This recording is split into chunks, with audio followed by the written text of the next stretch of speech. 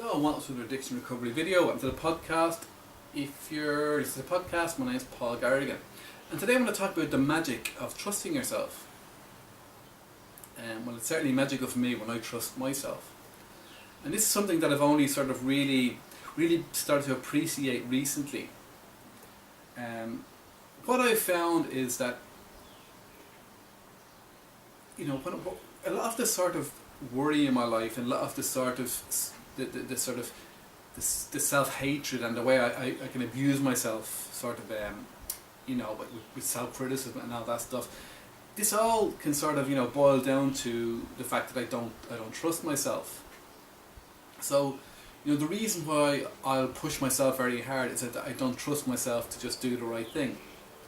The reason why so much self-hatred can occur is because I don't trust myself to do to do the right thing and to be the person I want to be. And it's this sort of lack of trust. It's like it's like creating this very dysfunctional relationship with myself, and it's this dysfunction that can make life so difficult, and it's this dysfunction that can create the need to abuse alcohol, or do all the other sort of maladaptive behaviours that I've engaged in since giving up alcohol. It's this sort of distrust that can put me into the pits of depression. This lack of trust. And but the thing is, there's no reason for the lack of trust. The sort of all the things that have gone wrong in my life hasn't been because of because I was sort of following my inner guidance. It's because I was ignoring that inner guidance. It was actually that inner guidance that sort of that saved me, because when I was a drunk, I would have been perfectly happy to drink myself to death, despite all the negative consequences. I would have been perfectly happy to drink myself to death, except for that nagging voice that wouldn't quit, that kept on saying, there could be something, there's something better out there for you, there's something better there for you. If that voice wasn't there, I wouldn't have quit drinking. Why would I? Because fear of the consequences of alcohol never did that. And long before I stopped drinking, I ended up in the streets. Long before I stopped drinking, I lost the plot mentally. I suffered a lot I suffered a lot from drinking long before I gave it up. So the idea of all that stuff stopped me drinking is just ludicrous. It didn't work. The thing that stopped me was this inner sort of voice that I like to think of that's me. That's the real me that kept on pushing me for something better, that wanted something better, and that believed that there was something better. And it's this same voice that sort of that what happened when I gave up alcohol was I could hear that sort of voice much clearer.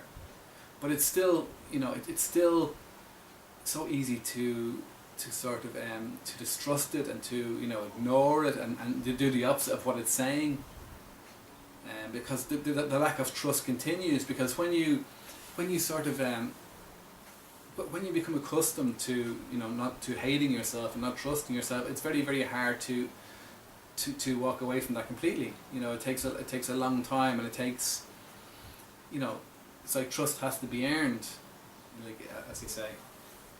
But when I look honestly at things, I say one of my biggest concerns, or maybe my biggest concern since getting sober, has been my finances, especially for the last few years. But I always land on my feet. And even all my life I've always managed to land on my feet. And so there's no reason for me to believe. When I look at if I look fairly at my past, there's no reason why I should be giving myself such a hard time. But I think, and I think the problems that sort of do exist for me is because I've been giving myself such a hard time. Because when I'm giving myself a hard time, it's very, very draining.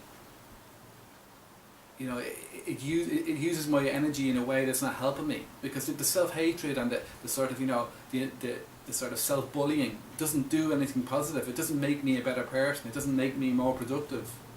It's just a drain on my resources. So, a much better way for me to deal with things would be just to trust myself, to just sort of trust, would say, hold on, you do okay, you try your best, that's all you can do. I trust, just say to myself, I trust you to do the right thing. And that might sound like a crazy thing to say, but it works. So I'll give you an example, because I think these things are much easier to explain with an example. Like say last Friday, I just wasn't in the mood for work. And so, I started to beat myself up for not being in the mood for work, because I really need to work, because my financial situation at the moment is dire. So I started beating myself up and started trying to bully myself into work. But then I realised, that this is just making it's just making things much worse, I was even less in the mood for work afterwards. So what I did instead was said, okay, I said, okay, Paul, I'm talking to myself, like, I trust you to do the right thing. I trust you, and I love you unconditionally. I hate saying that. That's the type of thing I need to say to myself. But I trust you to do the right thing. And it took all this pressure off me, and I managed to do a lot more work than I would have if I'd just been beating myself up all day. And I think this is something that's really important, and I'm not really doing this sort of this topic justice. I think I'll have to explain it again in another video, but basically what I'm trying to say, this is only by trusting ourselves to do the right thing, we give ourselves space to do the right thing, and the alternative doesn't work. The not trusting doesn't work. It just means we sabotage our own efforts, because we all need, we need sort of, I think we need to feel supported, or at least I need to feel supported in order to sort of, to do well in life, or to do what needs to be done in life. I need to feel supported. And the most important person that needs to support me is myself. Like, because when you're sort of, when you're booing your own efforts, you're sort of, you really sort of have a huge handicap when it comes to doing anything. You're sort of, that's major self-sabotage. And it just, it doesn't work. But when we do the other, when we just say, okay, I trust myself, and if I'm lying awake at night, worried about work, I can lie there worrying and staying awake and all that sort of horrible nonsense. I can do that, or I can say, hold on, no, I trust myself to do the right thing. I trust myself to get myself out of the financial mess. That means I get a good night's sleep. It means I feel, a lot of my stress has just disappeared. I feel relaxed, and I get up in the morning and I can do the things that I need to do by trusting myself to do what needs to be done. So and what happens is sort of a snowball effect. So when you give yourself that little bit of trust, and you see how good it works out, you say, well, hold on a minute, that worked really well, maybe I'll trust myself a bit more. And by doing that over time, you gain confidence. It's a snowball effect, and eventually, you can trust.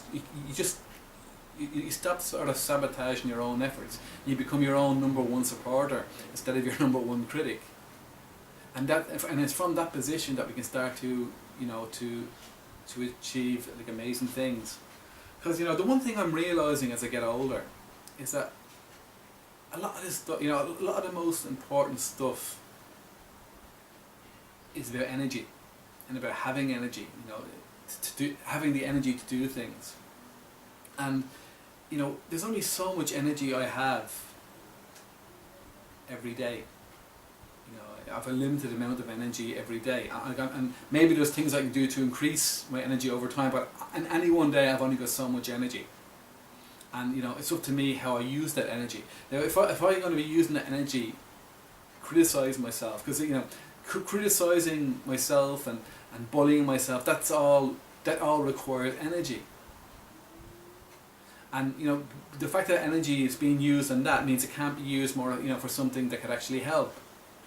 But you know, but by trusting, by learning to trust myself, it frees up all that energy. So